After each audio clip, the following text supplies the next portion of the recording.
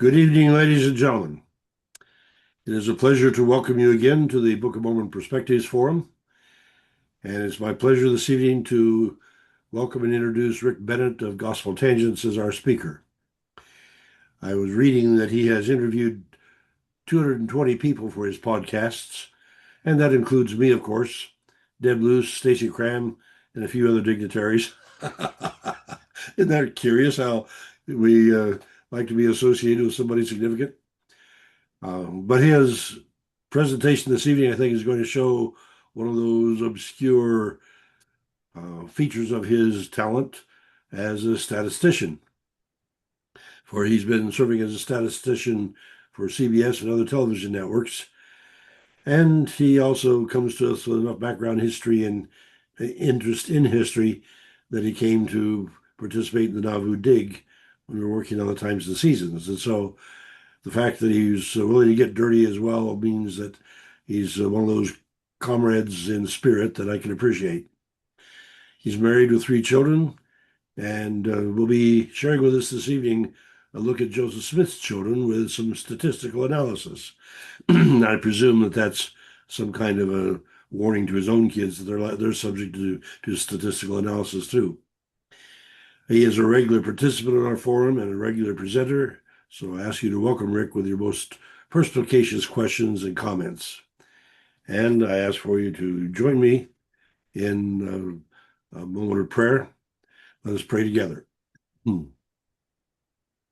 Awesome God of all creation, dimensions within and beyond our comprehension, we seek to understand and often are bewildered or overwhelmed as we apprehend the masterpieces of your hand.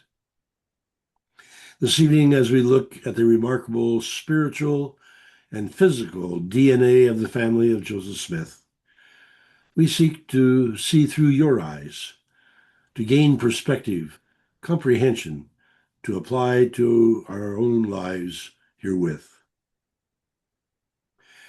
And as we struggle to grasp the entelechy of spiritual DNA, projected toward peace, according to our understanding of what the scriptures say, we acknowledge that we have only recently begun to grasp DNA on a physical plane, so have a long way to go to be able to embrace the sacrifice of your Son on the cross with spiritual pain.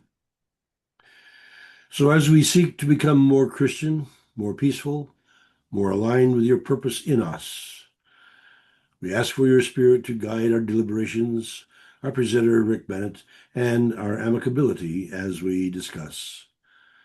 For it is our understanding that you are gently guiding our history toward the mystery of the promised land, a place and people of peace, sensitive to the subtle nudgings attributable to your divine hand. So we approach you this evening in the name of the Prince of Peace. Amen.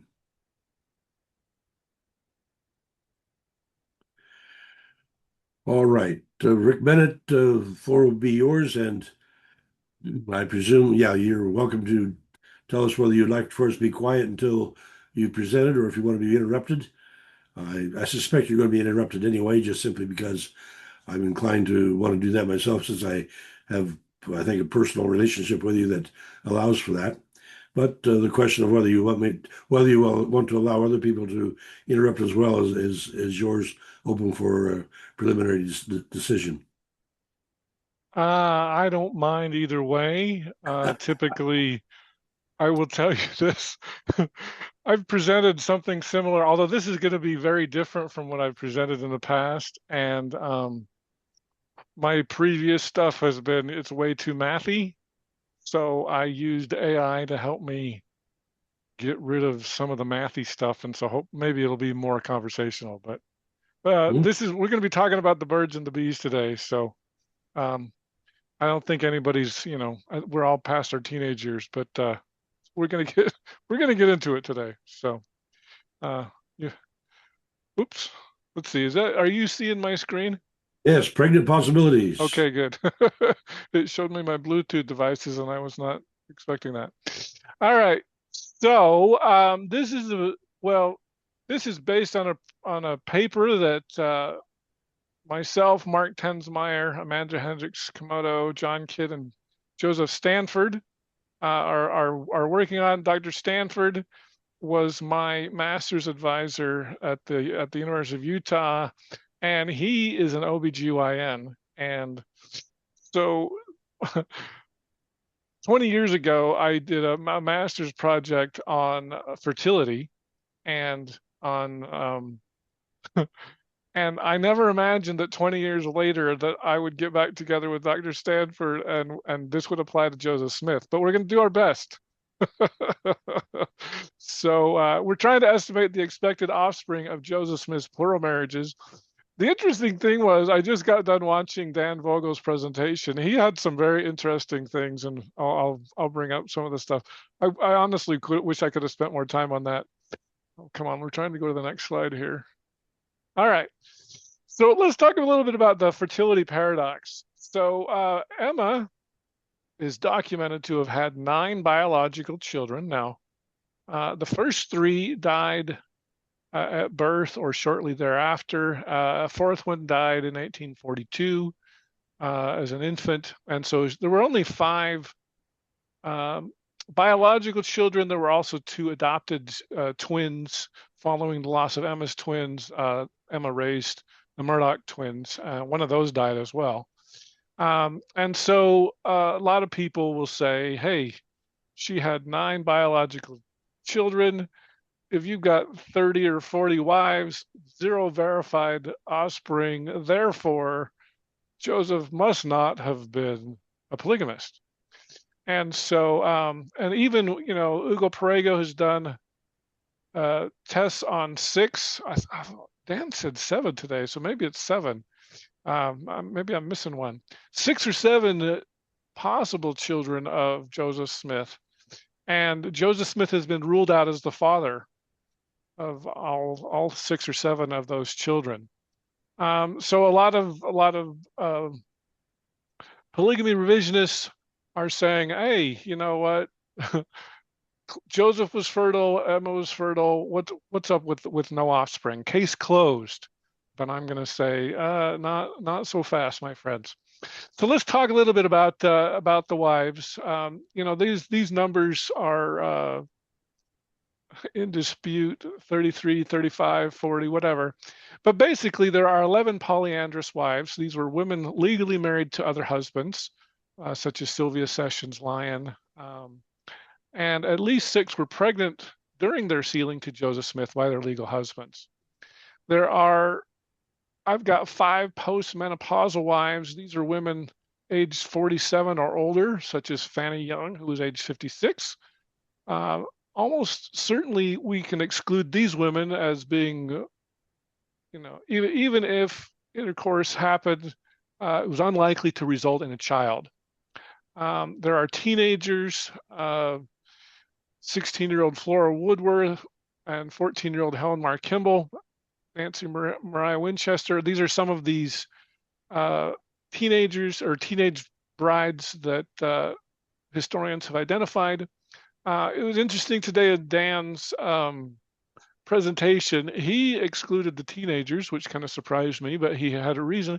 One of the things that Dan said today, which I thought was very interesting, was, in the 19th century, the first period, which is known as monarchy, didn't happen until about age 17. And so he said it was unlikely, even if Joseph had relations with these teenagers, that it would result in a pregnancy. So I thought that was interesting. And then, we've got the general consensus of the other wives. These would include Fanny Alger, Louisa Beeman, Liza, and Emily Partridge. And so Dan kind of narrowed that down more than I did. I included, we have different models in here for including kind of the general consensus on the wives. So, we kind of have 2 competing paradigms. You've got, Mark Tensmeyer has talked about using deductive presumption of sexual relations. The traditional model is when you get married, it implies sexual relations. Plural marriage is, oh, I forgot to include my scripture. Maybe I'll just mention that now. I know this is the Book of Mormon Perspectives Forum, so here's my Book of Mormon scripture. In Jacob 2, it says that the purpose of plural marriage is to raise up seed. And so, and even DNC 132, that's a command by God, is also to raise up righteous seed. So advocates for this would be Michael Quinn, Todd Compton. The idea is consummation is the default unless there's evidence otherwise. And so, you know, Joseph Smith III is saying that he couldn't imagine if his father did have relations or did marry all these other women, that of course he would have relations. And so Joseph Smith III took that as evidence. Hey, show me the children. There's no children, therefore Joseph didn't have relations with these other women. You can also talk about the eternity only model. There are some who think that if Joseph was sealed to these, they were more of eternity only. They were primarily ecclesiastical linkages intended to bind families together in the afterlife. Advocates of this model would be like Brian Hales or Richard Bushman. And I don't want to imply that any of these historians endorse anything that we did. We just tried to kind of match what they've written and that sort of a thing. So the assumption in this is that marriages to already married women and young teenagers were non-sexual by design. I was surprised when Dan well, I won't say that he said they were non-sexual, but he thought those were unlikely to result in pregnancy anyway. So anyway, that's kind of two models that you can look at. I do know that there are some skeptics of Joseph Smith's polygamy that they say, well, if they were sealings, they were non-sexual in nature and really meant to bind families. So we do have a little fragmented record of intimacy. I'm not going to get into details, but just some examples. Emily Dow Partridge in 1891 testified that she shared a bed for Smith for an entire night following the May 11th, 1840 sealing. So that gives kind of some direct confirmation. She did this in the Temple Lot case. Melissa Lott also testified in the Temple Lot case that she cohabited with Joseph on more than twice in the mansion house and farm. And Louisa Beeman said that she crossed the river to Iowa for one night. Now, she lived in her brother-in-law's house, so it makes other encounters highly improbable. But so we do have direct testimonial evidence for roughly 12 wives, but the frequency was probably likely severely limited by living arrangements and secrecy.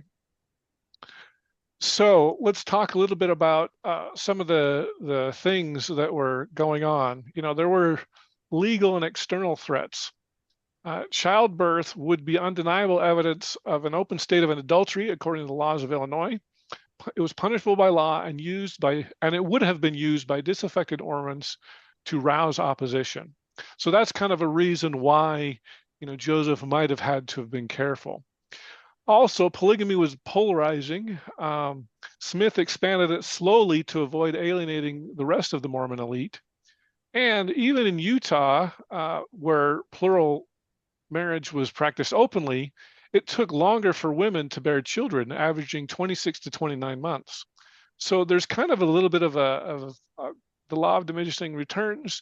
If Joseph's having 33 wives, it's going to make it very hard to concentrate on just a few, and you're going to neglect the rest because it's just going to be physically hard to get together. So this is kind of the biology section. We talk a little bit about the fecundability window, or you could think of that as fertility. A woman, when she's going to get the best time to get pregnant is right near the days of ovulation, which typically comes around day 14. And so, you can, a couple can have relations before or after that. And the one thing I just want to mention is, if you have intercourse 2 or 3 or 4 days in a row, you can't multiply those probabilities together. They're not additive. Uh, it's a dependent probability. This is where we get into the math, so I don't want to go too deep into this. But the idea here is your best day of probability is around ovulation. But of course, ovulation can vary quite a bit. Sometimes it happens before day 14, sometimes after. And so the Schwartz model was designed, I believe it was in 1980, to take into account, the natural ovulation for women. So typically, the best days to get pregnant are day 10 through day about 22 or 23. I've got some tables on here where we talk about the different days of ovulation and the different probabilities of getting pregnant. And of course, all this depends on biology, environment, behavior. So biology would include age of the woman, especially, but the male as well, but especially the woman, hormones, sperm and the ova. In the 19th century, nutrition and stress were probably had an impact on ovulation and pregnancy. In today's environment, we've got a lot more chemicals that probably have a negative effect on pregnancy as well. And of course, behavior, coitus related to the relative fertile window. So these are the things that go into figuring this out. So Mark and I came up with basically 4 different models. And basically, you've got restricted, low, medium, and high. And so I just want to explain those a little bit right now. So the restricted volume, so this would basically, the assumption is if Joseph Smith had relations with other women, it was very infrequent. This would exclude the married women and the teens. This model assumes the intercourse only occurred on or shortly after the sealing date. So in this model, we've got 12 women, we've got 19 cycles, and 26 acts of coitus. So in this model, and actually in all the models that I'm going to explain here, assume that there's no birth control used or abortion. Okay. In model 2, the low volume model, so this is slightly expanded it. We add a few more women. Now we've got 16 women, 36 cycles, 43 acts of coitus. And so still, once again, we're assuming not very little sexual relations. In model 3, the medium or the consensus model, this is more like Todd Compton, Michael Quinn. So this removes all restrictions on married women or teens. We do exclude the older women that or assumed infertile. So like Eliza Snow never had any children. So we took her out because we assumed that she was likely infertile. Dan actually makes a case for a few more than we made in our model, Dan Vogel. But anyway, so this model assumes all marriages are consummated with just 1 or 2 encounters around the time of the sealing, and then maybe a little bit higher frequency for possible live-in wives like the Partridge sisters or the Lawrence sisters. I think both lived in the Nauvoo house. Although Dan made the point that Emma was watching those girls like a hawk, and it would have been very difficult for Joseph to be with them if one of the girls and Joseph were absent. Emma was searching around town, like, where are they? I got to find them. So I thought that was interesting. But in this medium or consensus model, we've got 26 women, 50 cycles, 64 acts of intercourse. And then in the high model, we took away all the restrictions. We tried to maximize the possible historical encounters. I did talk to somebody at Whitmer, and he thought that my high model was still too low. We'll talk about that a little bit more. But so we've got 37 women, 162 cycles, and 227 possible acts of intercourse. Once again, we're not assuming any birth control or abortion were used. And so this is just kind of a quick summary with all four models on the same page there, and you can see that. So another thing that we did was a Monte Carlo simulation where in my calculations, I had to guess when their menses happened and when their ovulation happened. And so one of the things I did was I just said, okay, I just took the calendar and on the first day of the month, that I assumed that was the first day of following the end of the previous period. And then whatever day of the month it was, I put that in the model. And so obviously all women don't have the same cycle and that sort of thing. And so my colleague John Kidd did a million simulations, and he was able to randomize all of the menstrual cycles and everything. And so his numbers are slightly different than mine. Mine are based on a calculation, his are based on a simulation. But it was a really good way to kind of check the numbers and see how similar they were. So we blocked out calendars where Joseph Smith was unavailable due to sickness and travel. And so we've used documented marriage dates and historical accounts to do this as good as we could. So these are this is kind of the results. So the probability of 0 children in my calculation, I got about 47. The probability of 0 children was 47%. So that's basically 50-50. So, that's a coin flip.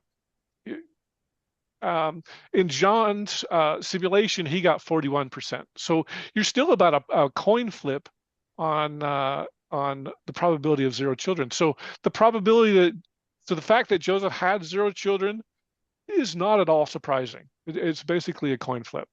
When we go to the low model, I got 24%. John's simulation got 22%. So if you think about that, that's about like if you're playing a game of Monopoly, you roll a double, that happens about 22, 21% of the time. So that's like rolling a double in Monopoly. The consensus or the medium model, my calculations were 13%. Probability of 0 children was 13%. The simulation gave about 9%. 9% is like rolling a 4. I think 11% is rolling a 5. 13% is like rolling a 6 on a paradise. And so those numbers, I mean, we've all played Monopoly, we've all done that.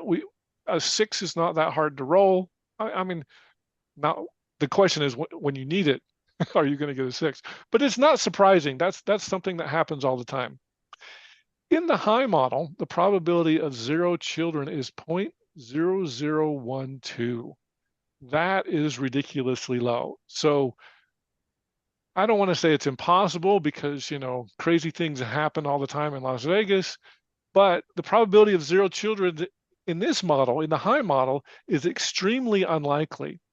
So, in fact, I did another slide here, so I probably should have done that one so you can understand those probabilities. But the probability of 0 children in the high model is statistically unusual. It's not statistically unusual in the other 3 models. And so so this is where we get to the high model. Now, if you want, and by the way, in John's simulation, he went even lower, 0.0003 or 0.03%. So the probability of 0 children is extremely unlikely in this model. And so the only way that or the best way, I guess, I won't say the only way, the best way you can explain no children, if you assume that Joseph was having a lot of intercourse with a lot of women, is they had to use birth control or abortion. So I wanted to talk a little bit about, I guess I just said that slide before I got to it. It's biologically normal if we look at the restricted low or the medium or consensus model, you're going to need some sort of an intervention if you go with the high model. And some people want to go higher. Okay, well, you're going to have to explain how birth control was used. And so Amanda Hendricks Komodo up at Montana State, she helped me with this. She says that clear back to 1550 BC, the Ebers papyrus in Egypt records vaginal douches, herbal suppositories, and abortifacients were used in ancient Egypt. Even in the 12th century, Hildegard von Bingen, who was a medieval nun, records herbal bath preparations and I can't even say these words, abortifacient recipes were used. And a lot of the people in the 1800s and even the 1700s relied on Native American herbs, such as blue cohosh, black cohosh, to stimulate menstruation. So by the 19th century, reproductive intervention was not a new medical frontier. It was an ancient process distributed. And we're going to talk more about some of the knowledge that was around in the Nauvoo era. So I've kind of talked a little bit about this already. The idea is, yeah, I can skip that one. Let's talk a little bit about some of the knowledge. So there were two really important books published in 1831 and 1832. Robert Dale Owens published Moral Physiology, and in 1832, The Fruits of Physiology was published by Charles Knowlton. Dr. Owens was concerned mainly about overpopulation, and he wanted to protect unmarried women from illegitimate pregnancies. And so his core method that he advocated was coitus interruptus, which is withdrawal. Just before the man gets too excited, just withdraw. So he evaluated other forms such as the sponge or condoms, but he said those were too risky and didn't work very well, and so he recommended coitus interruptus. The pamphlet was printed. It was cheap. It was heavily demanded. It was pirated, and it reached 13 editions over 30 years. So it was widely available. Charles Knowlton published The Fruits of Physiology. He was radical in championing female autonomy with regards to sexual relations and pleasure. So he wanted to relieve the economic burden of excessive childbearing. He recommended astringent douching, including alum, I can't imagine that, baking soda, and white oak bark. So this triggered the famous 1877 Besant-Bradlaugh obscenity trial. And due to the trial, sales of his book skyrocketed into hundreds of thousands of copies. So these were highly accessible texts about birth control, and they were definitely highly demanded in public discourse. So now we need to talk a bit about the Mormon connection. So Nauvoo had in the 1840s 12,000 residents, and it seems statistically certain that abortifacients were present. Mary Ann Clements, in the book Secret Covenants, which I highly recommend if you're interested in polygamy, discusses a case with Gustavus Hills offered Mary Clift a tea for an abortion, and Mary refused. So there was a big trial in Nauvoo. So clearly, at least Mary Clift was aware of these abortifacients. And Heber Kimball in 1857 stated that with regards to Nauvoo, preventing childbirth was just as common as it is for wheat to grow. His own wife, Valete, was taught in her youth to send for a doctor to, quote, get rid of the child. So it's clear that, Nauvoo residents were aware of abortifacients, and abortion was always there. The extent of the knowledge of these books, like The Fruits of Philosophy, were not known, but they were cheap, and there were 50,000 plus copies circulated. Now let's talk a little bit about efficacy. So with regards to the vaginal sponge, the 1830 advice was, it should be about the size of a walnut. It was moistened with plain water, and the idea was to remove it immediately after copulation. Um, the modern sponge typically are about 2.5 inches in diameter. They're soaked in a chemical spermicide, and it's supposed to be left in the vagina for at least 6 hours after intercourse. So one of the problems in the 1830s was they said to remove it immediately, and by removing it immediately, that caused it to be less effective. Plus, they were just using water or things like that, and so some women did get pregnant even though they did this. But it did, the point is they were aware of birth control and that sort of a thing. So the astringent mechanism, these are where you're using douches with alum, white oak bark, zinc sulfate. The myth was that Dr. William Potts Dewey's theory was there must be some absorbent vessels in the uterine canal, and so astringents were falsely believed to lock specific absorbent vessels thought to carry sperm to the uterus. Now, in reality, um, that was wrong, but there was something going on. These chemicals physically shrink and tighten the human tissue. It constricts the opening, and it creates a hostile and highly acidic pH environment, inhospitable to male sperm. So in 1892 to 1912, um, I think that Celia Duell-Mosher's survey proved that douching was the most common family limitation strategy in the era, and it was utilized by over 42% of respondents. So it was commonly used. I know that's a little bit after, well, it's a lot after the Nauvoo period, but douching was available in the Nauvoo period and known about. The French safe, I thought this was really interesting. This is what we would call a condom. Um, So in the 1830s, it was a luxury item. They were about $1 a piece, which would have been very expensive in the 1830s. They were imported from Europe, and they were mainly used by the wealthy. By 1847, you could get get a dozen for $5. These were imported from Paris, and they expanded accessibility. By the 1850s and 60s, you could get rubber condoms, basically $3 to $6 per dozen. So these were more readily accessible to middle-class consumers. One of the problems with the vulcanized rubber, they were cheaper and easier to produce, but they were also very unpredictable in quality. They were either thick or weak in spots and prone to tearing or visible holes. So the animal membranes were also used. They were also expensive. They were soaked in acids and lye, which sounds terrible.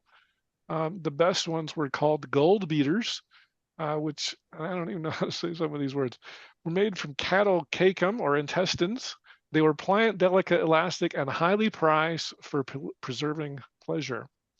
So one of the interesting things is with regards to 19th century understandings about pregnancy is a woman didn't know she was pregnant until quickening, which generally happened around 20 weeks, sometimes a little bit earlier for women. But that's when the women felt the baby move. And so prior to that, there was no proof of pregnancy.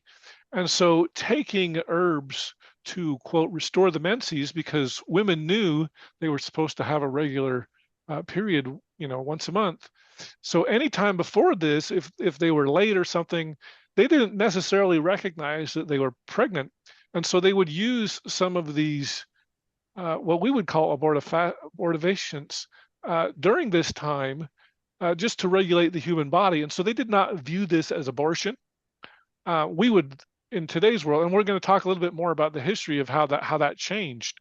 But so during this time, it was common for women to take these herbal abortifacients during this time, and it wasn't considered a sin, or it wasn't considered a problem at all. So once quickening happened after this, then the woman was definitely considered pregnant by medical standards of the time. So the apostle Orson Pratt taught that souls pre-existed and entered the body late. So around the time of quickening is when the soul entered the body, according to Mormon understanding back in the Nauvoo era. And so um, even 19th century Hannah Sorensen complained that Mormon women insisted, quote, "It is no sin to produce abortion before there is life." So abortion prior to quickening was not considered wrong at all. Um, so how things changed was pre 1850. Typically, midwives, female midwives, traditionally managed birth control and abortion. So knowledge was very decentralized and informal. And towards the end of the 19th century, the American Medical Association initiated a crusade against midwives. And so they changed this idea of quickening to life begins at conception.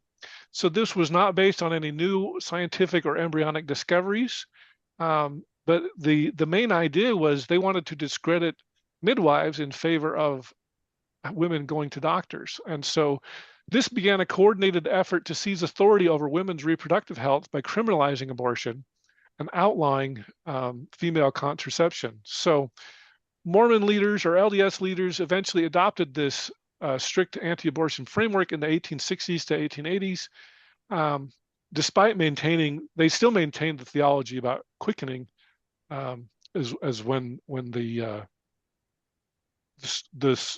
spirit entered into the body for the child. So I mentioned Heber's Kimball before. In Utah, there were advertisements in the Desert Evening News that openly marketed euphemisms for Mormon women, including, quote, "the lady's friend" and remedies for irregular menses. So these abortifacients were advertised in the newspaper. Reed Smoot was an apostle in Utah, and he had an apothecary or a pharmacy that routinely stocked, quote, French female pills in their drug companies to as known birth control remedies. So I think I mentioned all of this. Yeah, I did. That's probably a duplicate slide I didn't need. So you know, the law of diminishing returns. Joseph Smith tried to keep these relations secret, probably because he could be punished by law. The logistics. He was not a domestic polygamist like happened later in Utah.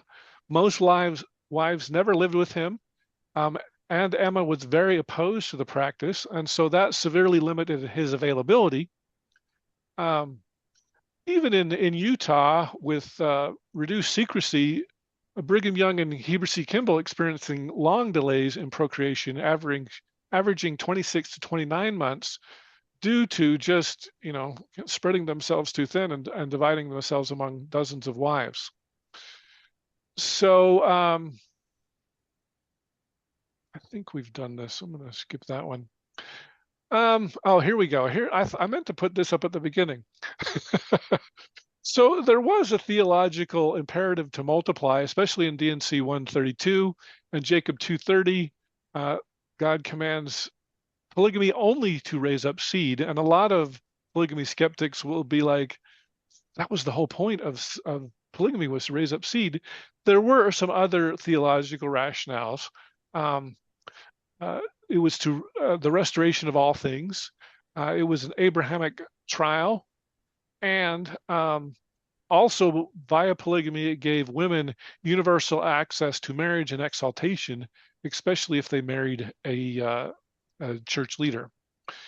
So, there were severe theological and social condemnation for unauthorized intimacy, and that's right there in Doctrine and Covenants 132. So a lot of people wonder why, we've kind of talked about the mechanics and the biology of pregnancy, but I wanted to talk a little bit about the legal and theological aspects. So, of course, in Nauvoo, polygamy was illegal, and under state law as well as common law.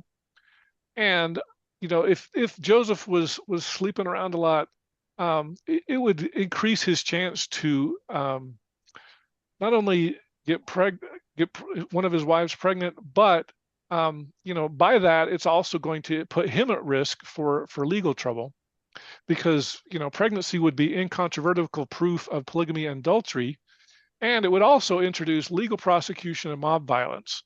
So there was some pragmatic survival, kind of overrides the theology. So to avoid exposure, prevention of pregnancy became a necessity just by being pragmatic, and it would override the short-term mandate of Jacob 2:30. So I don't need that one either. So this kind of creates a little bit of a conundrum, and I want to talk a little bit more about the theology and the law in Illinois. So Doctrine and Covenants 132, which was written in July of 1843, grounded the practice strictly in an Abrahamic foundation.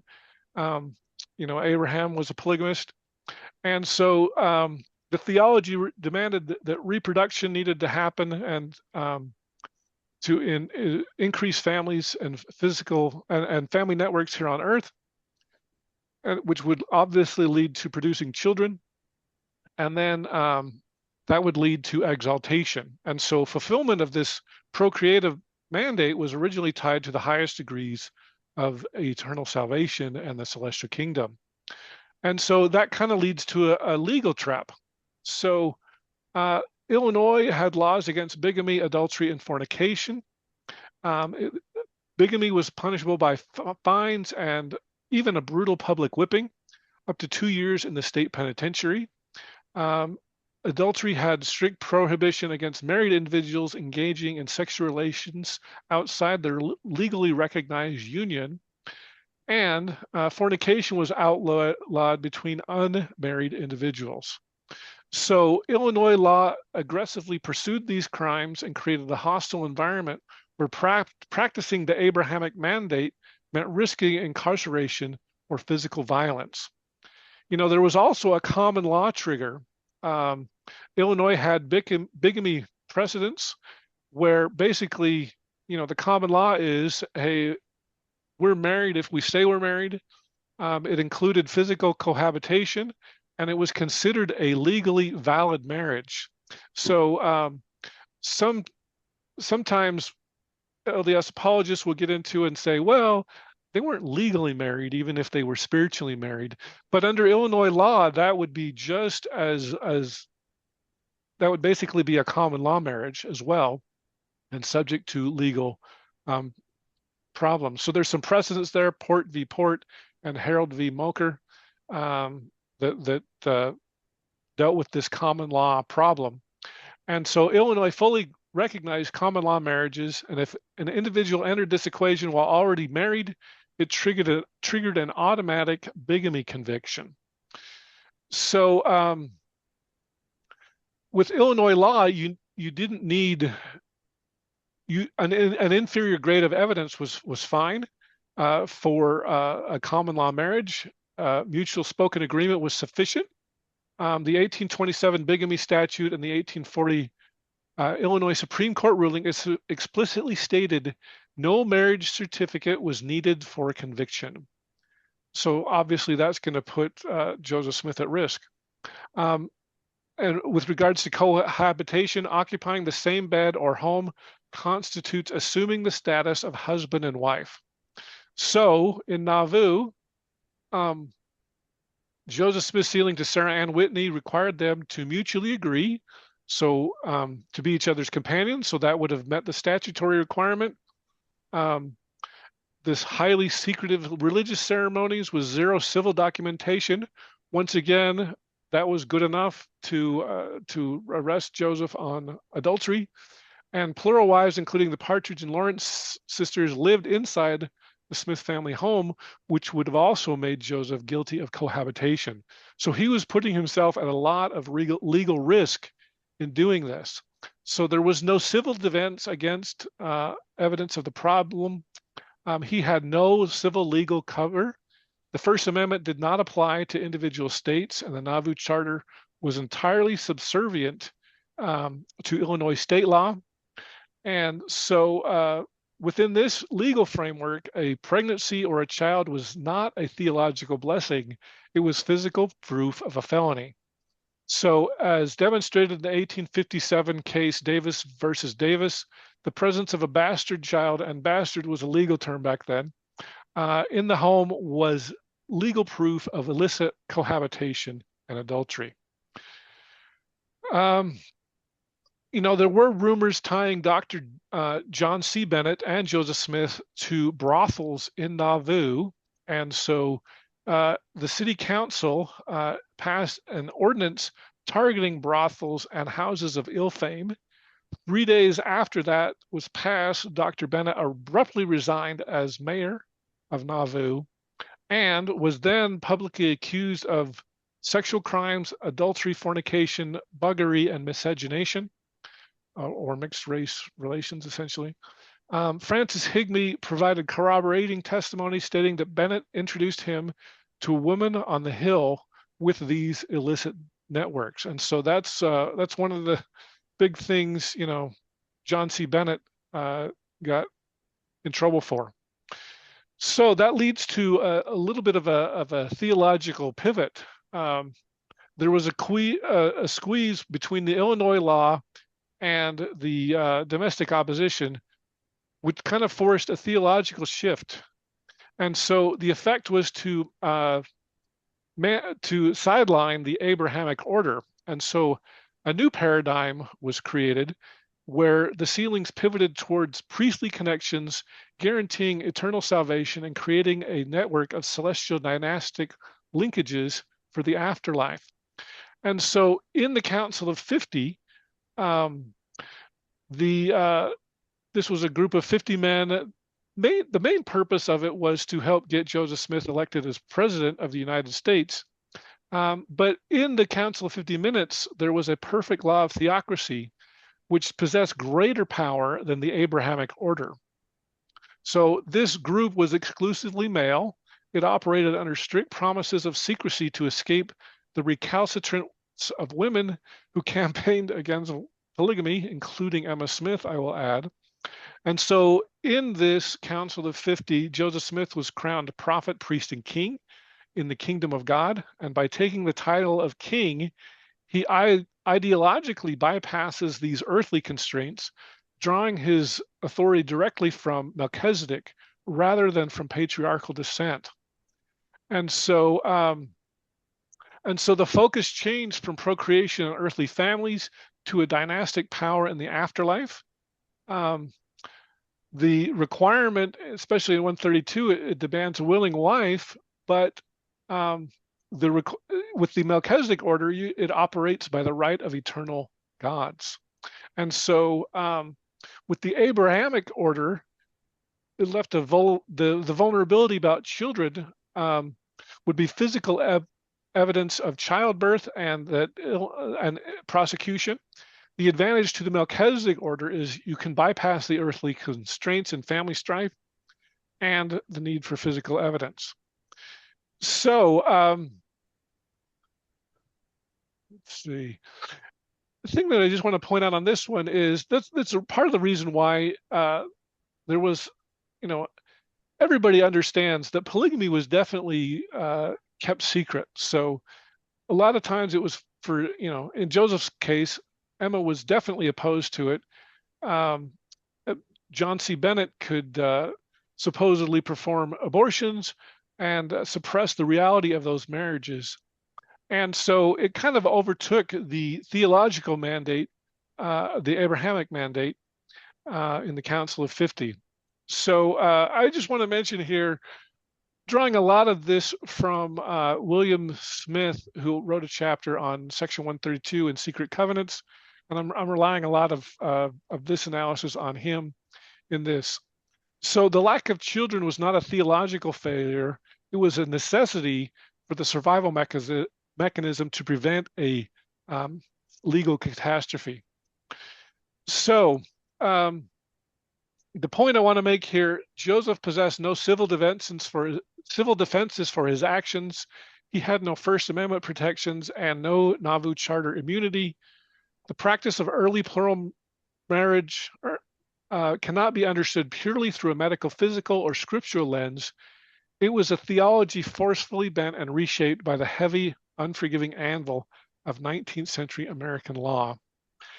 And finally, we'll open it up here for questions in a moment here, but the absence of plural children in Nauvoo is not a historical impossibility, as many suggest. It's constrained by the realities of 19th century logistics, biology, and theology.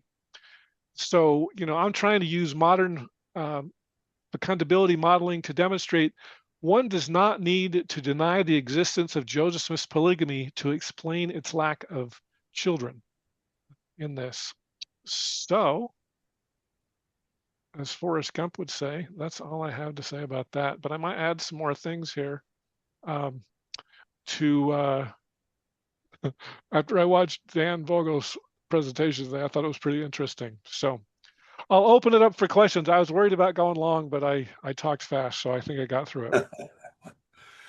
Well, thank you for talking fast and thank you for covering a lot of interesting information. It is a very interesting vantage point. I wish that we had Whitney Hornig and Karen Hyatt, who had been here in the last within the last couple of months, to take the other side of the matter, because I think they would be asking, why not just simply accept the idea that Joseph Smith may not have been practicing polygamy? Well, that's a historic RLDS position. Yes, and as an advocate for Joseph Smith III, I'm going to take it, support it, and help to demonstrate that it's true. Okay. I mean, I don't know how to argue with that. I think the evidence shows that he probably did practice polygamy, but I know there are people who disagree with me, so I'll leave it at that. All right, well, let's open it up for other people to get their questions and comments in. I have more, of course, but see, Terry Walker's in there first. So, and I think Deb is here to cover the Yep, I am. Okay. Go ahead, Terry. Okay, Dr. T. Edgar Lyon told me one time that most, if not all, of the women that were the maids, etc., in the mansion house were plural wives. One of them happened to be my third great grandmother.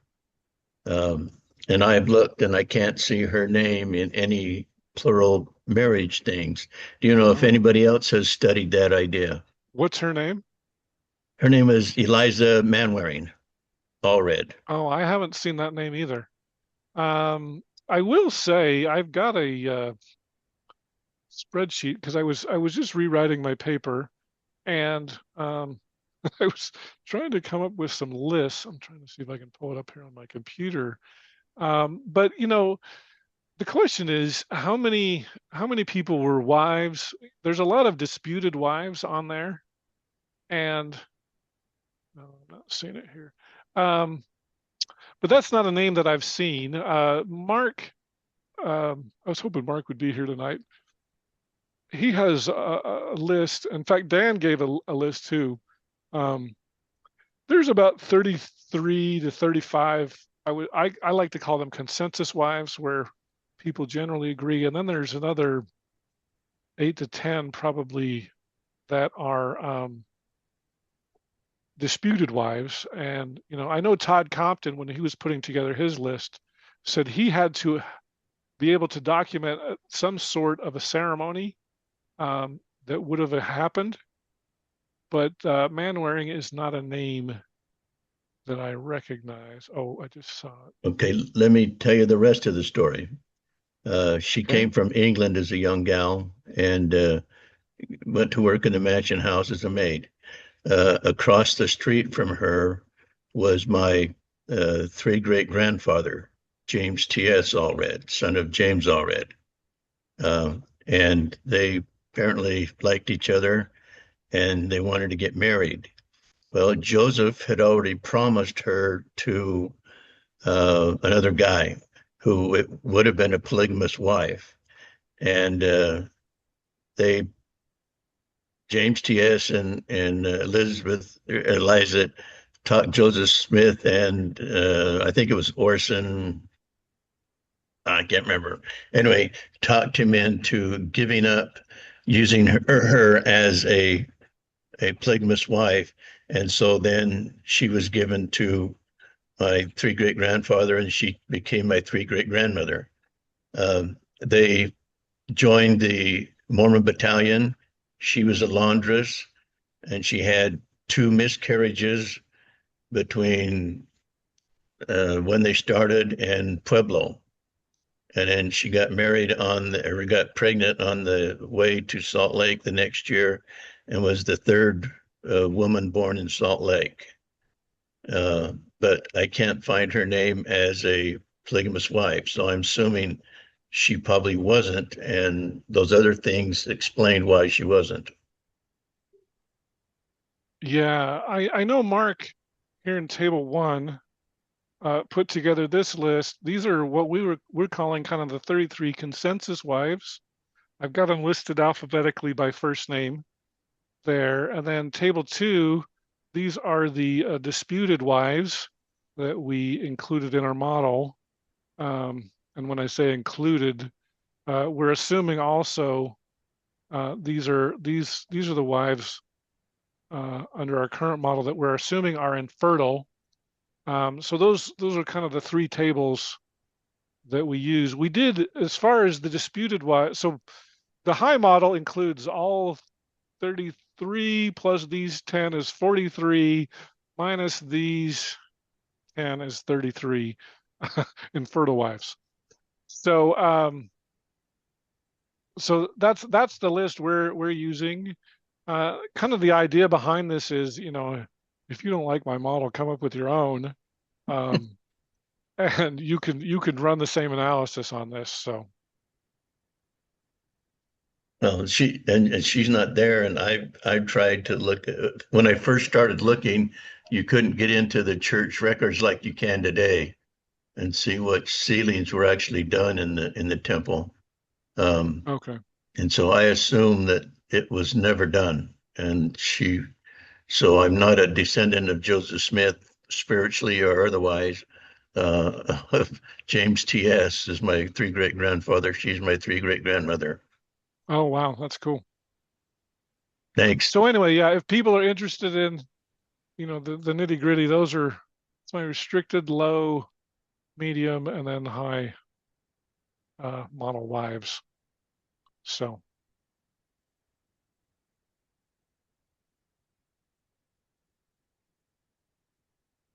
Next.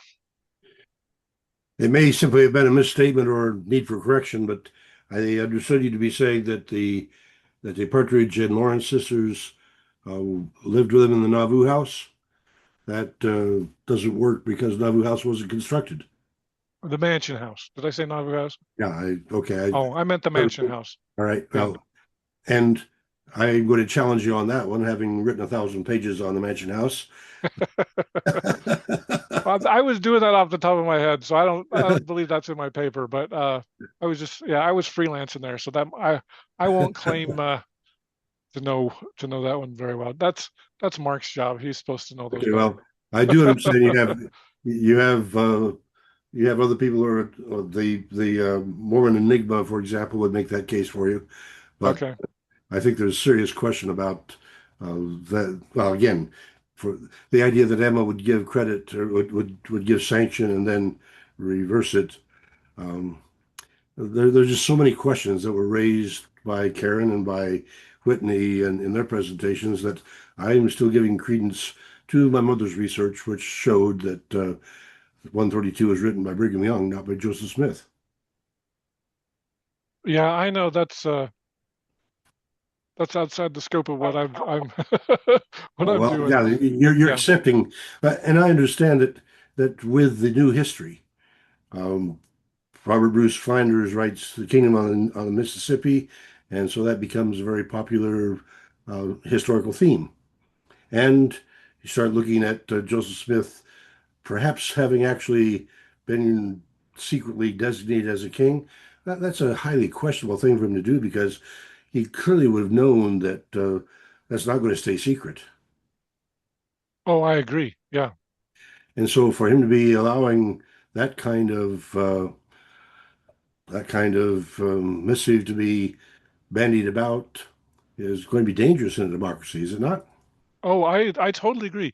One of my frustrations with some of the skeptics are like, okay, well, I don't believe Joseph practiced polygamy, but if he did, he was wild about it. And so I'm like, but you're not even being consistent there. If he did, it was probably infrequent, right? So so at least be consistent there. Um, because that's actually one of my things is if Joseph's sleeping around, he's going to get caught. Like Well, and everybody's for me, watching him. So again, I'm going to go back to Joseph the Third because he and Alexander and David went west and interviewed a lot of the women who they understood had claimed to be the wives of his father, and none of them acknowledged that to the sons. And then when Hiram's son becomes the one who writes the affidavits and has them right. signed, puts the dates on, that's a highly suspect historical strategy for people decades later to write down the date of when they had intercourse with Joseph Smith. Particularly, Well, and I but would have, wouldn't that be motivation for Joseph F. Smith to get the affidavits, though? I think that was the motivation for it. I'm not following you there. Well, because the idea here, He was Joseph, disputing what Joseph the Third was finding. yeah, he was disputing Joseph III. And he's like, we need to get more evidence. Let's get some affidavits from people that said they were married to him, and that's what caused the affidavits to be written in 1878, if I have the year Or right. I'm not Joseph, sure. that was Joseph Fielding Smith. I think it was F. Joseph F. Yeah, Joseph F. We've got No, a Joseph F. and a Joseph Fielding. I may have confused the two. Yeah, In any case, the they're idea, both Joseph Fielding Smith, but yeah. Well, and the one who collected the affidavits was somebody whose character, um, I think, is a little more called to question than that of Joseph the Third. Wasn't he the one that got beat up people and got sent to Hawaii and ended up well, having rather an abusive record? I think you're right about the abuse. Whether And so that sounds like a little family squabble as to whether he was reliable or not. all right, and I recognize that I'm digging into family squabbles, and so Yeah, that clearly might be, I mean but the LDS side would be, of course he's reliable. What are you talking about? of But course. so Well, okay, yeah. we don't need to air the dirty laundry. On the other hand, maybe we do because the question that came up with Karen was the implications this has for temple rituals. I mean, if Joseph Smith really was not involved, then that suggests that the temple rituals were fabricated by Brigham and later and not authenticated by Joseph. I don't know how to respond to that. I mean, Brigham Young joined he gets run over so many buses and people just pile on that bus about people who hate Brigham Young, and he he did everything wrong. Okay, well, So I I support don't. them. I support Emma, so therefore I'm on that side. I acknowledge that. Yes, So I mean, yes, Emma. you know, I don't want to argue about that, but um, Brigham Young adored Joseph, and he claimed that everything he did because of Joseph. So I understand both sides of the argument there. Brigham Young's the devil and created everything from whole cloth. But he also claimed that everything he did because Joseph would approve of everything he did. So I mean, I don't know Uh, how it's I don't know. I don't think this let, is something we can resolve. Now, let me express my moderation on the side of John Bernheisel, because that was a gentleman who was able to be friends with both Brigham and Emma. And he stayed with Joseph and Emma from 43 until 47, I think, and then became Brigham's um, representative to Congress. And so, but then he was still supplying literature to Joseph Smith III. And so John Bernheisel is one of those fascinating characters, perhaps the only one that was actually friends with both Emma and Brigham. Yeah, Um, that's interesting. but and having deep appreciation for Dr. Bernheisel, then I want to acknowledge that I see the vantage points of all three positions here, but because of my duties as a representative of the Smith family and DNA, I clearly am wanting to advocate for Joseph as a monogamist. Okay. Okay, Terry, go ahead.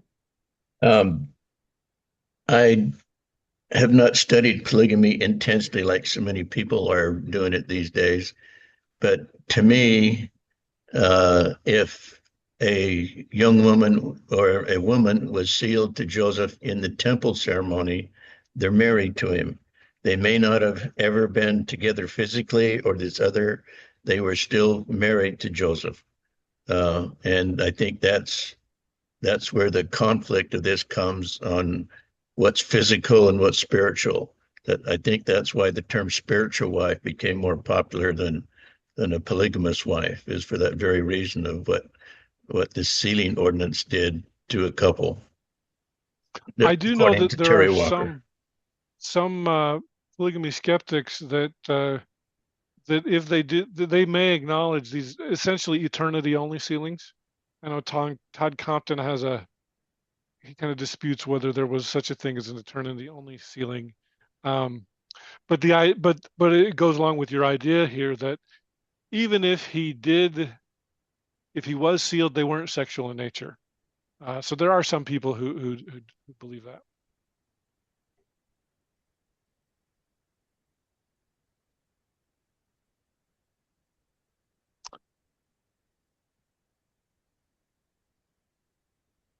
You, since there's nobody else jumping in here, clearly I've got a list of questions. All right. You mentioned Hugo's 6 or 7 tests that have proven not to have DNA associated with the claimed offspring. Right. And you sort of skimmed over that. Anything wrong with his testing? Oh no, I think it's solid.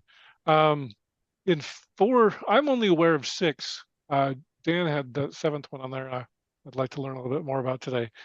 But the 6 tests that I'm aware of, 4 of them not only, well, in all 6 cases, Joseph was ruled out.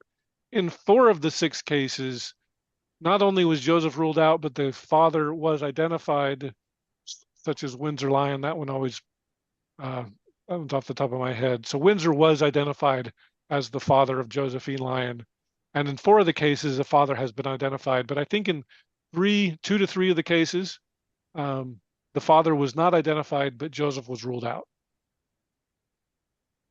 Hmm. Pretty high percentage. Yeah, yeah, and I mean, you know, I think that's the 0 children and the DNA test. Those are probably the 2 biggest best arguments from a skeptic point of view. Um, so I just wanted to give my perspective as to why 0 children is not impossible.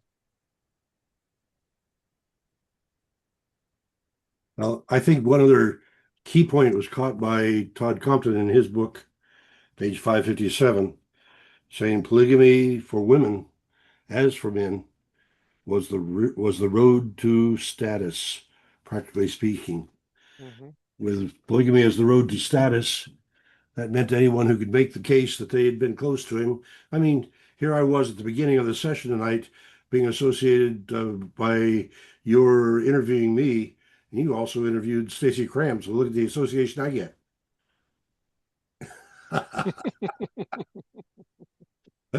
See, yeah, That was a fun interview. thank you for promoting my status. Or maybe you're demoting hers.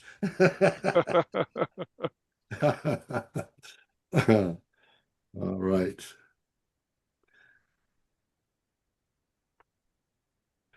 Hey, ladies and gentlemen, you're letting me dominate the conversation here. That's not fair.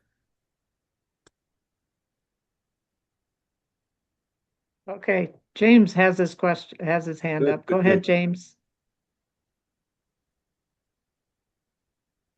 Okay, there we go. Let me make sure I've checked all the buttons here. There we you go. are. So just a point of clarification. So your main thesis, and I apologize, I got in a little bit late, but I think I've heard or read your presentation other times. So your main thesis is that Joseph could have been married / had relations with any number of these women and still not have produced any offspring. And Right. that at least in scenarios where he's being very cautious and maybe only having a couple of sexual encounters with many of the women, that in fact is reasonably probable that Right. those unions would not produce any children. Reasonably probable. Yeah. Yeah. Reasonably Okay. possible, I would say. I don't know about probable, but reasonably possible. Possible. Okay. Now, I guess what I'm curious about is, does your research go any further? I mean, is there any other aspects of this that, I mean, you had a lot of interesting information there about 18th, 19th century, birth control and, John C. Bennett's skullduggery and so forth. I mean, are you putting forward any other conclusions as a result of your research, um, on which kind of seems to me is to range a little bit farther afield than just this narrow issue of might Joseph have had offspring if he'd had some kind of connections with all these women? I'm not sure what you're asking. And I'm not either, which is why I'm asking it. Are there any other conclusions? I will tell you, because I presented this last summer at Sunstone and at Whitmer, and the biggest I don't know if objections is the right word. The biggest questions that I had, and that's why. So today's presentation was a little different because I added on the law and the theology. I think a lot of people just dismiss, Joseph was always having trouble with the law. Like, who cares? So I wanted to delve into that a lot deeper, and then the theology, because a lot of people were like, well, because I've had this question like 3 or 4 times, the only reason for polygamy is to raise children. And I'm like, no, it's not. um, um, eh, so I wanted to kind of go into the theology because, you know, and I tried to be a lot less mathy this time. Hopefully I succeeded with that. But yeah, nobody ever questions me on the math. They're like, your numbers are wrong. It's always about, well, what are the theological implications? And so I wanted to address that a little bit better than I have in the past. And the legal, John Dinger, I should have mentioned him sooner. John Dinger wrote a wonderful chapter that talks about the legal issues. His point is these were legal denials, not theological denials. And Joseph had a big reason for denying this because, if a child is produced, that's a pretty slam dunk case of adultery, under Illinois law. It might not be So, adultery in Section 132's eyes, but in Illinois law, that would be definite evidence of adultery. so you're saying that the public denials of plural marriage, polygamy, were, in your view, motivated surely solely because to say otherwise would have been to admit violating the law. Yeah, I don't know about solely, but yeah, he was trying to stay out of legal trouble, for sure. Okay. Have you, and this is maybe I'm going out of off the reservation here, and apologies if I am, but I just have you talked much with Don Bradley about his book on Nauvoo polygamy? No, I haven't. Oh, okay. Is it out? It's not out, is it? Oh no, it's still in the works. Yeah. So FYI, Have he you read it? told me that one of the things that he believes he's discovered is that they actually had a strategy for eventually legalizing the Nauvoo marriages. Oh, And he, so it's, it was a short conversation, so I didn't get into details, and maybe I shouldn't even be publicly disclosing that.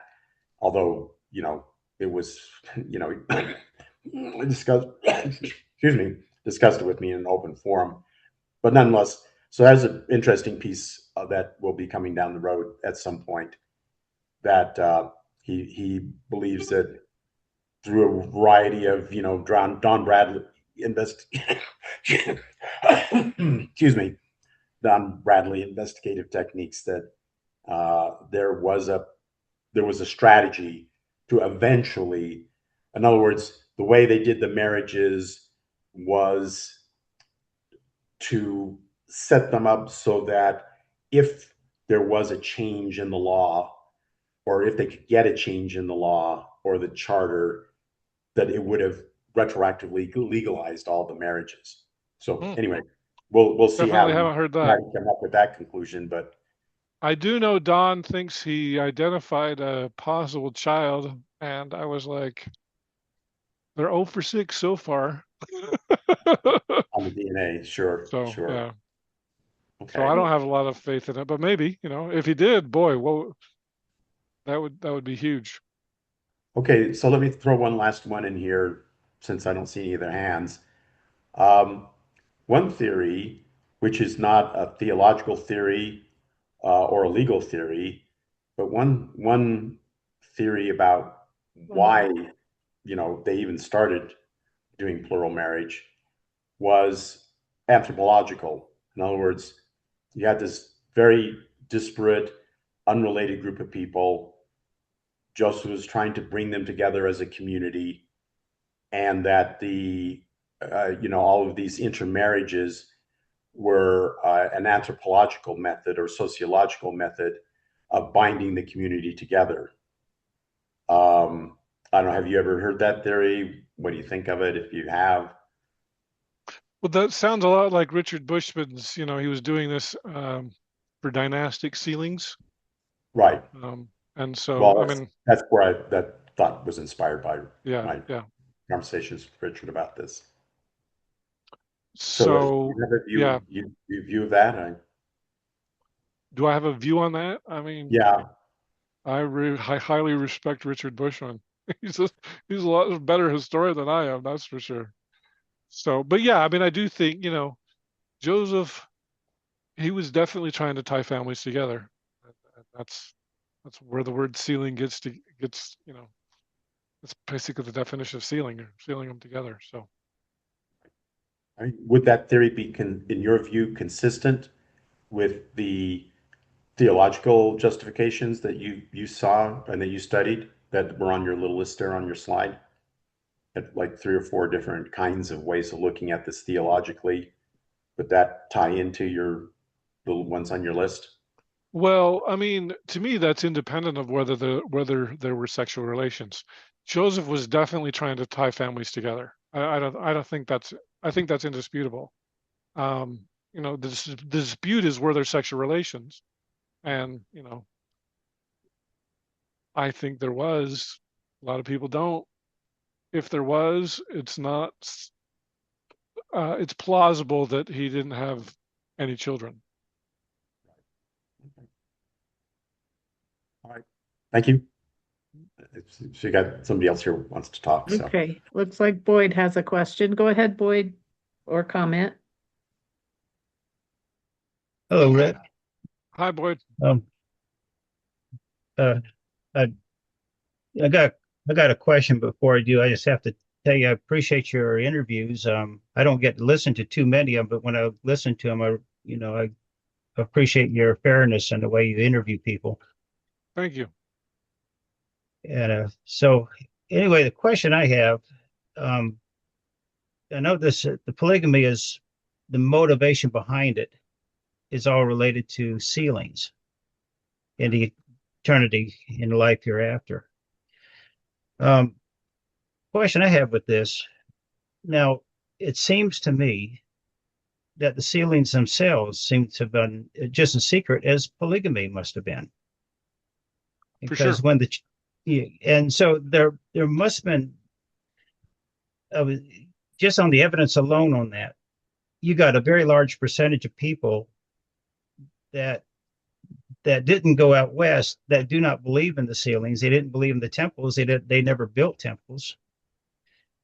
And so the whole concept about temples and sealings in itself has had to been secret, and even just as much as the polygamy has been. And I mean, what do you suppose is going on there? Why do they keep the sealings secret, and even the building a temple? Because all these other churches out here, they don't use temples. So I'm going to rely on John Hamer, who he's amazing. One of the thing that I love about John Hamer, and he said I could use this slide. I've used this on multiple occasions. Kirtland was pretty much a public building. You had the two assembly halls, that were kind of the first and second floor, and then in the upper room, that's where Joseph's offices were and everything. Kirtland never had a baptismal font, so they never did baptisms for the dead. And then by the time we got to Nauvoo, that's when the revelation on baptisms for the dead came. That's when the Elijah vision came, which LDS believe brought the sealing power and the marriage, polygamy with Fanny Alger, whatever. And so then that's when kind of they had some secret ceremonies, but once again, just like Kirtland, you have the two main assembly halls in Nauvoo that you did in Kirtland. I personally, because I'm a history geek and a history nerd, like I remember when President Hinckley announced they were going to rebuild the Nauvoo temple. Personally, I wanted them to build it like it was in 1844. And I went through the temple 2 or 3 summers ago and walked inside, and then and I could see the assembly hall, which reminded me a lot of Kirtland. I mean, it was different, but it was kind of the same look, and it was a lot smaller than it was in Kirtland. And it kind of took my breath away. Like I was just like, I'm glad they kind of preserved that. But they've only got one assembly room instead of two, like the original Nauvoo temple had. And personally, if I was in charge of rebuilding the temple, I wanted it to be like it was in 1844. But at any rate, to answer your question, and of course the modern temple, they have the endowments and the sealing rooms and everything that modern LDS temples have. And so what John's talked about is kind of the evolution from Kirtland to Nauvoo, and then St. George in Utah was the first one built. It was St. George, Logan, Manti, and then Salt Lake. Of course, Salt Lake's kind of the iconic temple. In Canada. And well, Cardston was after that, yeah. Cardston, yeah. Was that the fifth, probably? Mm-hmm. And then, so John has a wonderful graphic where it shows kind of the evolution where, you have the public areas and then the kind of the private areas. And then in Utah, the private areas basically take over the whole temple. And there aren't, like modern temples, there are no public area. Like the public area is the lobby. If you get for non-Mormon, you can walk in and you can see the lobby, but they're not going to let you pass the recommend desk.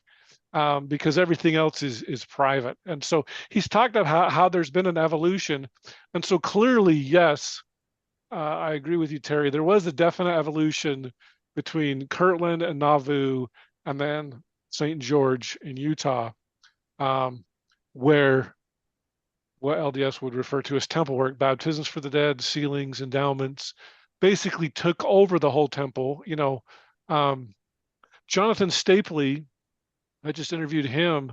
I've always said in Kirtland, I always called it the Kirtland endowment, and then they had washings and anointings. And I always thought those were the same thing. Jonathan has told me those were different things. The washing and anointing, which LDS would call the initiatory ordinance now, was done in Kirtland. But he also said that there was a Kirtland endowment where they were endowed with spirit, and I think he said it happened about once a year, and it was kind of a group thing. He's got a new book called Holiness to the Lord, and I thought that was really interesting to learn about. And then it wasn't until we get to Nauvoo where we get the Nauvoo endowment is what the LDS endowment is kind of modeled after. That sort of a thing. And so, the question I got with is, well, how come the other churches didn't adopt that endowment like the LDS did? If it had to been so secret, either they didn't know about it or something. Well, it was secret for sure.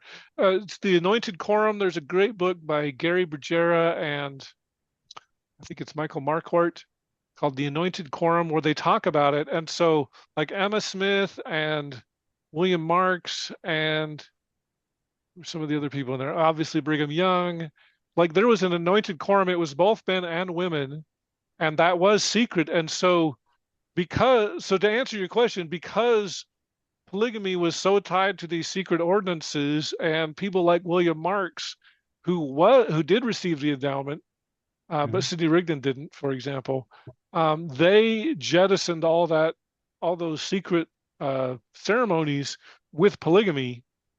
And so that's why the other churches don't have it. And I know Sidney Rigdon was never in the Anointed Quorum, and that would explain why the Bickertonite Church doesn't have them.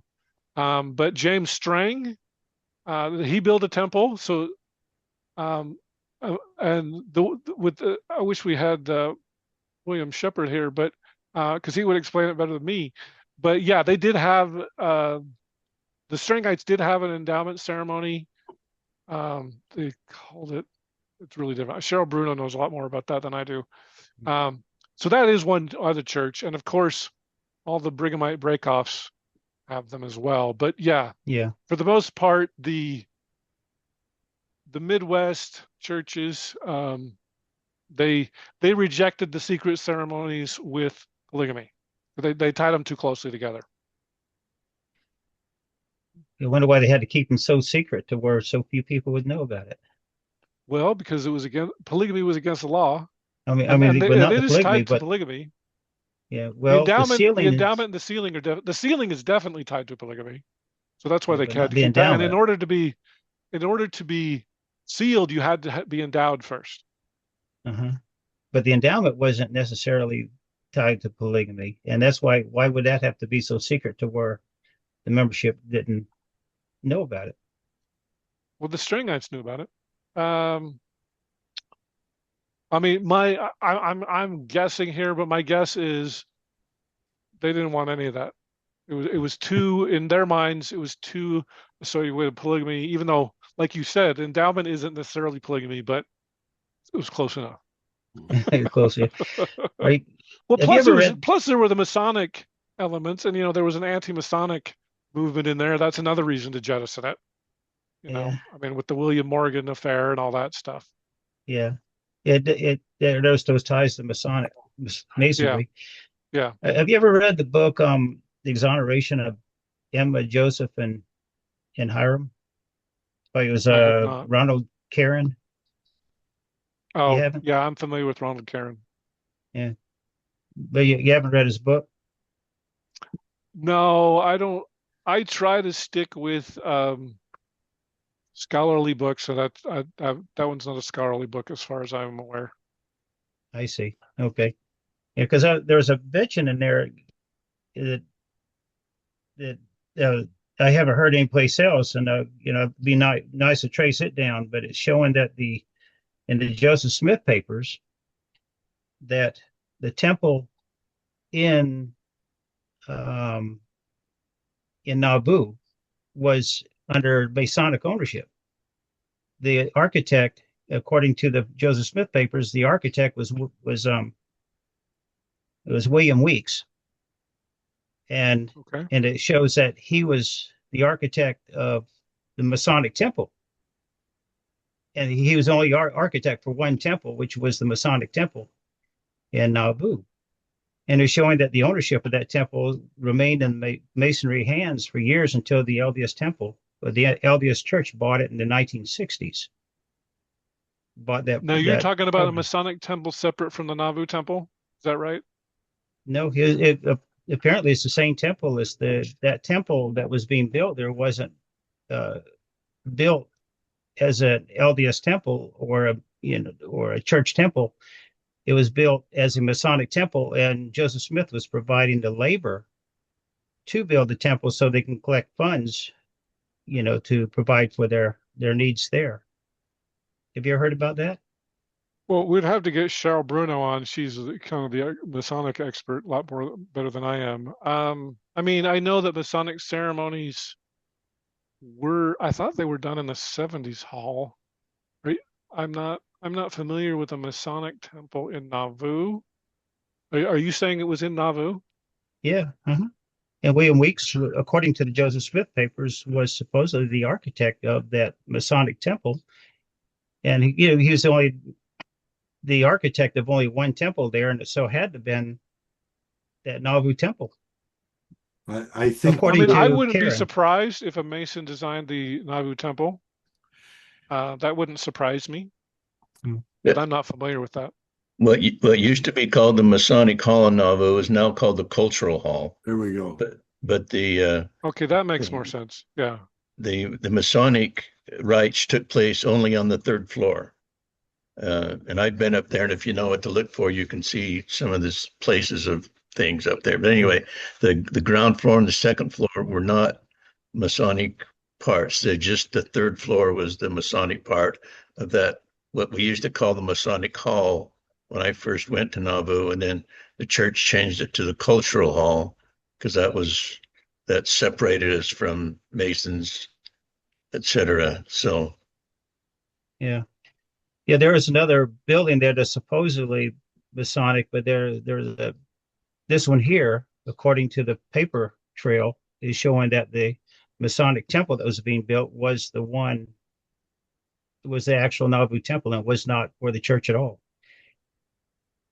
I just wonder if you had read the book on it, because he goes through the logical trail of that to show that was the case. And I just wonder if you have heard about it.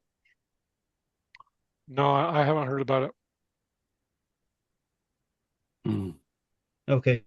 Well, that's the question I had. Anyway, I'll pass on there. I know there's another question there that Paul Okay, has. go ahead, Paul. Thank you, Rick. Yeah, no problem. Okay, well, I'm still struggling with how to get my little questions in, and they're off the wall, perhaps.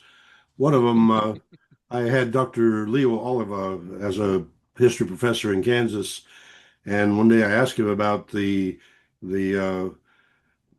strategies the ladies in the bar rooms and along the cattle trails use to prevent pregnancy. And so he came back a week later with an hour-long presentation on the contraceptions used by the girls in along the cattle trails, and he mentioned use both of sheep and goat intestines as among the predominant ones. And I didn't Yeah. put that in your list. You had cattle in there, but I didn't have it in my list, but I did. Yeah, I was aware of that. Yes.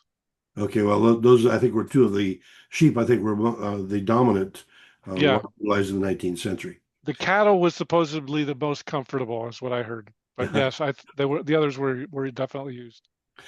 Okay, and you mentioned about the older ladies not getting pregnant, yet here we have quite a number of cases where older men are marrying younger women. Joseph III married Ada, who was almost 40 years younger, and had three more children when he was 70. Um, that strikes me as a curiosity, at least, that older men were, well, we don't see that very much anymore. Yeah.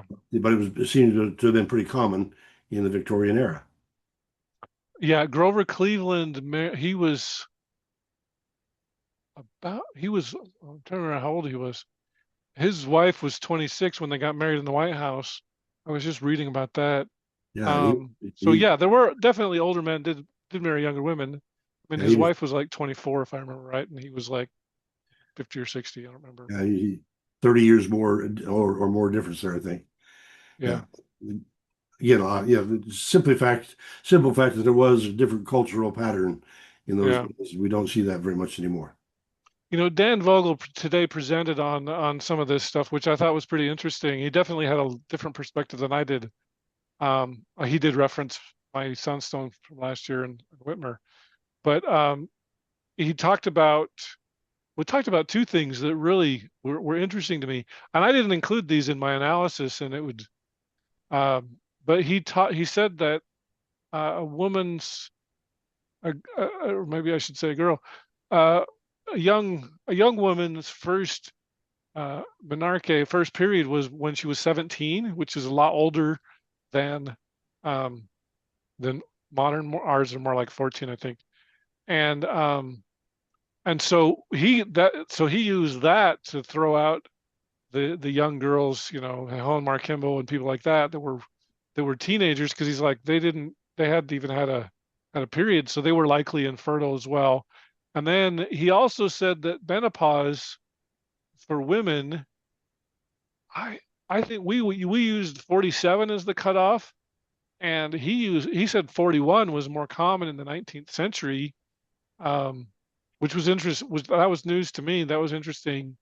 So he lopped off a lot of the older women as being menopausal, um, and so I was I was really surprised. I think a lot of people would look at Brian Hales. Oh, it wasn't very often. It wasn't very much, but I was surprised that Dan Vogel was almost in line with Brian on that issue. He had different reasons, basically due to age.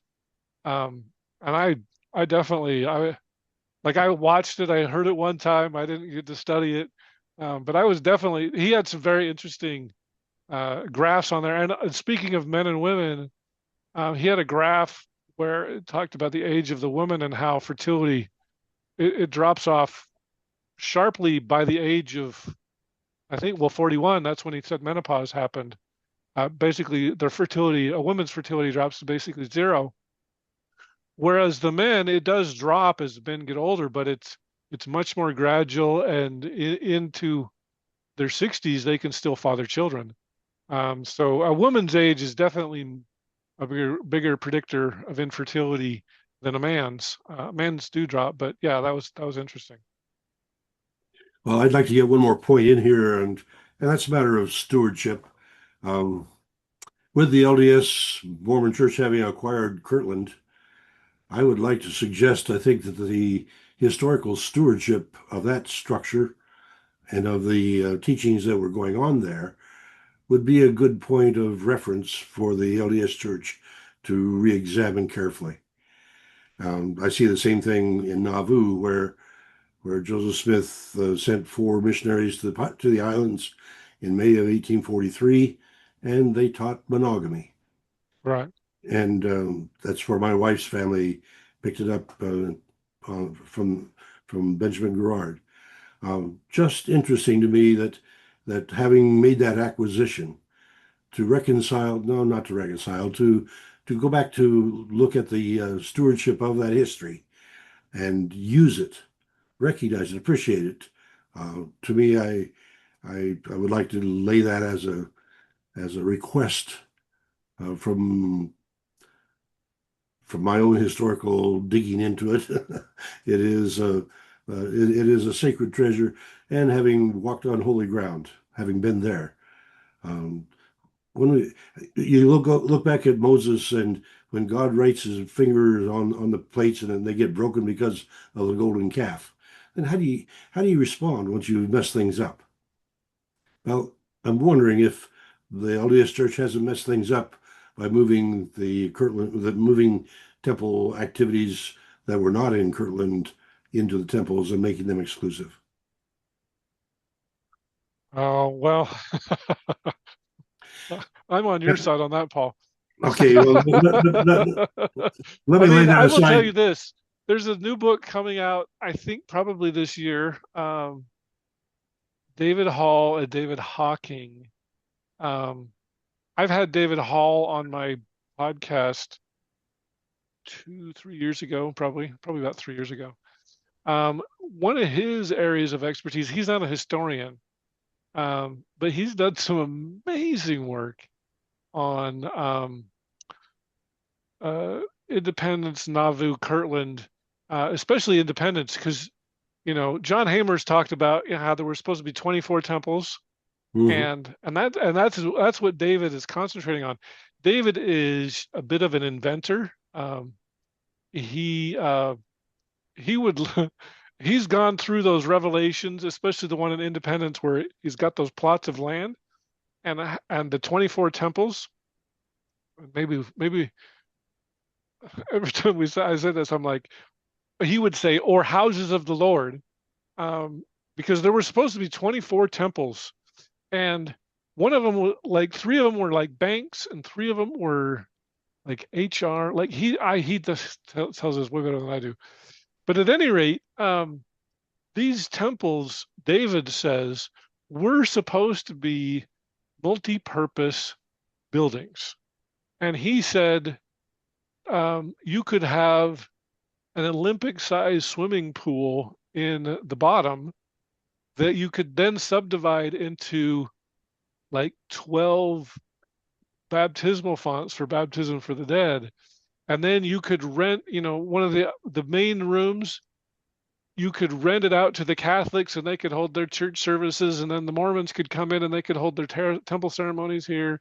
And then, if you had a community event, you could do that. That was the purpose of the original houses of the Lord, were supposed to be multi-purpose, and that and there would be no ownership. Nobody would own their house. They would rent their house. Everything would be rented. And he puts the whole law of consecration in it. I'm not doing it near enough justice, but yeah, when Brigham Young took the church to Utah and made the temples essentially single use. I mean, they're not even used for Sunday services. The temples are closed on Sundays. You couldn't even go to the temple if you wanted to on a Sunday because that's not what their purpose.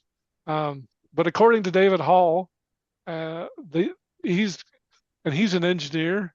He's got some. This book I think is going to be fun. I think it's going to be awesome.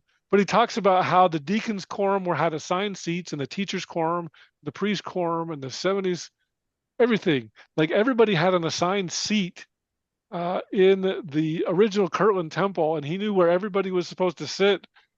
It's really cool. But yeah, they were multi-purpose buildings.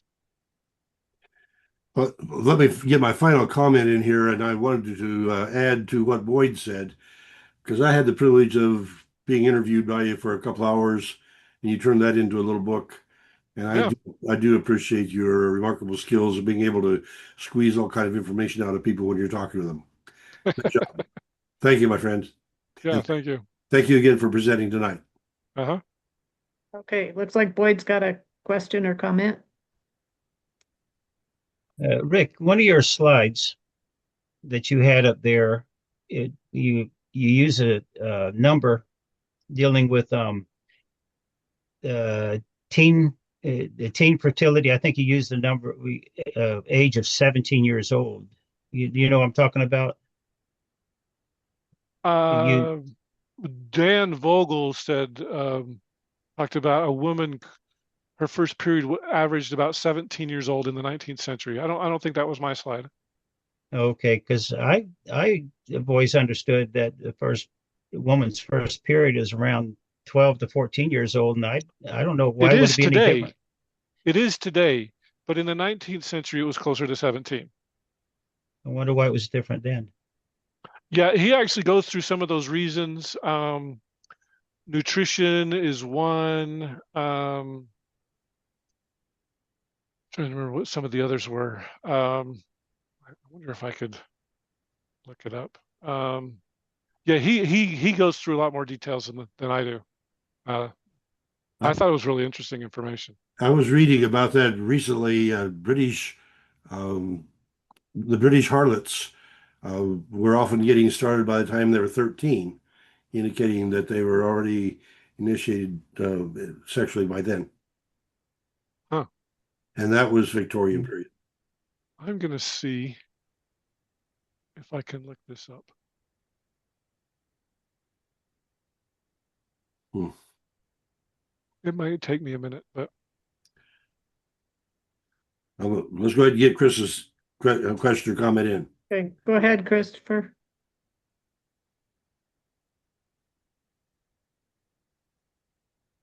Hey, Rick. Appreciated your presentation tonight. I was a bit offended by the fact that Paul left out your most important guest,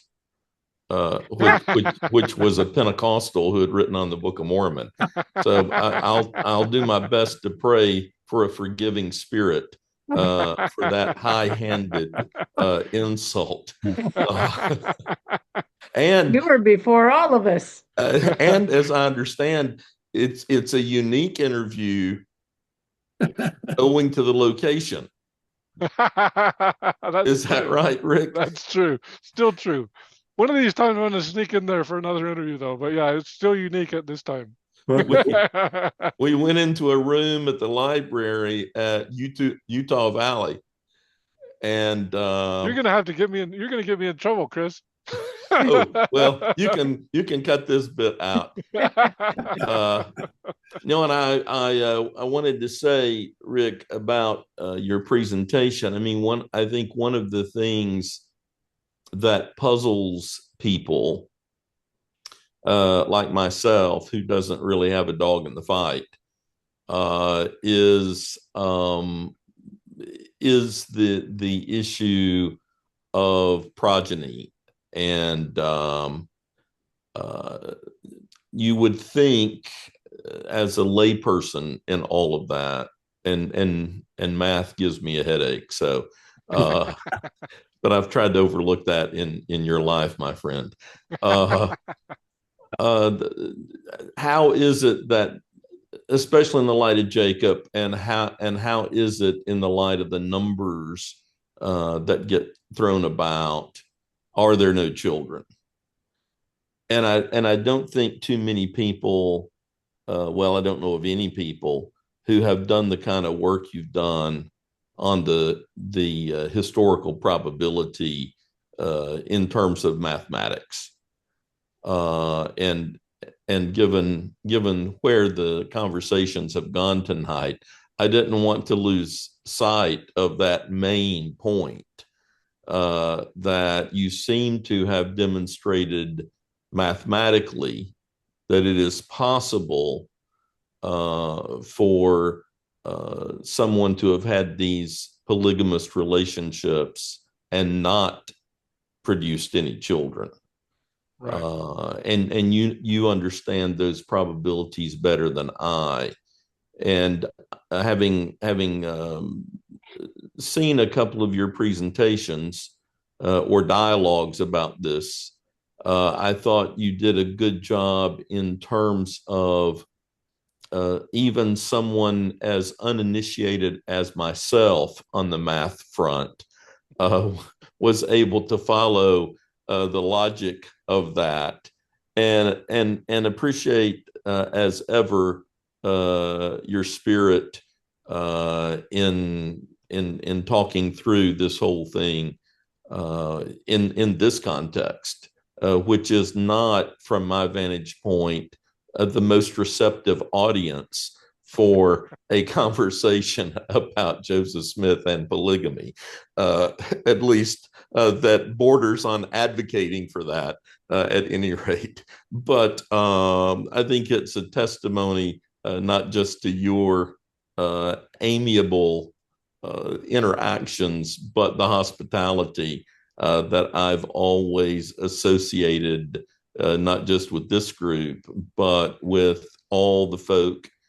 My sample size is relatively small, but all the folk I know in Community of Christ. And so just very much appreciated you coming here and making this presentation. I felt it was the clearest one of the ones that I've had the privilege of following from you. Oh, good. So I have to tell you, I cheated a little bit because especially my last presentation that I did about a month ago, and these were social scientists, so I was like, "Oh, you guys will be able to understand the math," and then the response I got was, "That was way too mathy. You need to talk about the history." And so you'll notice with those slides, especially if you've seen my other presentations, they were really good, really nice slides, because I was like, well, maybe AI can help me do this. And so, yeah, AI took out most of the math. so I will, and it was probably a good thing because it was way too mathy in the past. But yeah, that's my wheelhouse. That's where I go. So, And Christopher, let me apologize for having left you off that list. Well, it hurts. It hurts right here, Paul. I Where it hurts. But please understand that I could also have listed all the rest of the people that are on the screen for Rick to claim as people to interview, because every one of them has a fascinating story. I've heard most of them, and the fact is that some of probably have already been interviewed out of the 220. But yours is clearly the most conspicuous that I bypassed. Well, the double injury was the fact that I am a Community of Christ seminary alum. And so, I mean, it was kind of a double knife to me, Paul. So I've got a lot to pray about, my friend. Well, let me give you a double apology then. I'm sorry twice. And fortunately, I extended to you a statement of appreciation for your remarkable contribution on the Holy Ground presentation. So hopefully that will begin to get you back in your good graces. All right. Hey, let me follow up on that previous question, and I'm cheating once again with AI here, but I think this is pretty good. Let's see here. The age at which women first became fertile in the 19th century was significantly higher than it is today, generally starting between the ages of 15 and a half and 17. Specifically, the average age for women's first period or menarche was 17 in the 1830s and 40s. So, the primary reasons for the delayed fertility in the 19th century: number one, poor nutrition. General lack of adequate nutrition was a major factor in delaying the onset of puberty. Number two, childhood disease.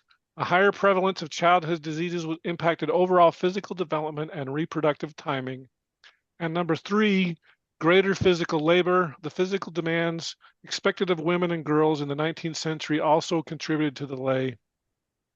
The decline in age of fertility in modern times is driven by improved nutrition, which leads to higher body mass index that triggers earlier puberty, as well as environmental exposures to endocrine, whatever, I don't know how you say that, endocrine disrupting chemicals. The historical biological reality means that many of Joseph Smith's youngest plural wives, ages 14 to 16, were likely prepubescent or pre-menarche at the time they were sealed to him. So there you have it. That's a good summary of what Dan said, and All right. there's no way I could have coded that without cheating with AI. So Okay. Well, we're approaching 10 o'clock, and by this time tomorrow morning, I need to be in Iowa. So therefore, oh wow. let me share my well, let's see. I'm not quite sure what the appropriate term in the LDS terminology would be, because I'm certainly not wanting to seal anybody. But let me offer this as my blessing. Blessed be the tie that binds our hearts in Christian love. The fellowship of kindred minds is like to that above. When here our pathways part, we suffer mutual pain. Just one in Christ and one in heart, we hope to meet again next week. May God bless you all, give you peace. All right. We'll see everybody next week. Thanks, Rick. Good night. Yep. Thanks. Yep. Thank you, Rick.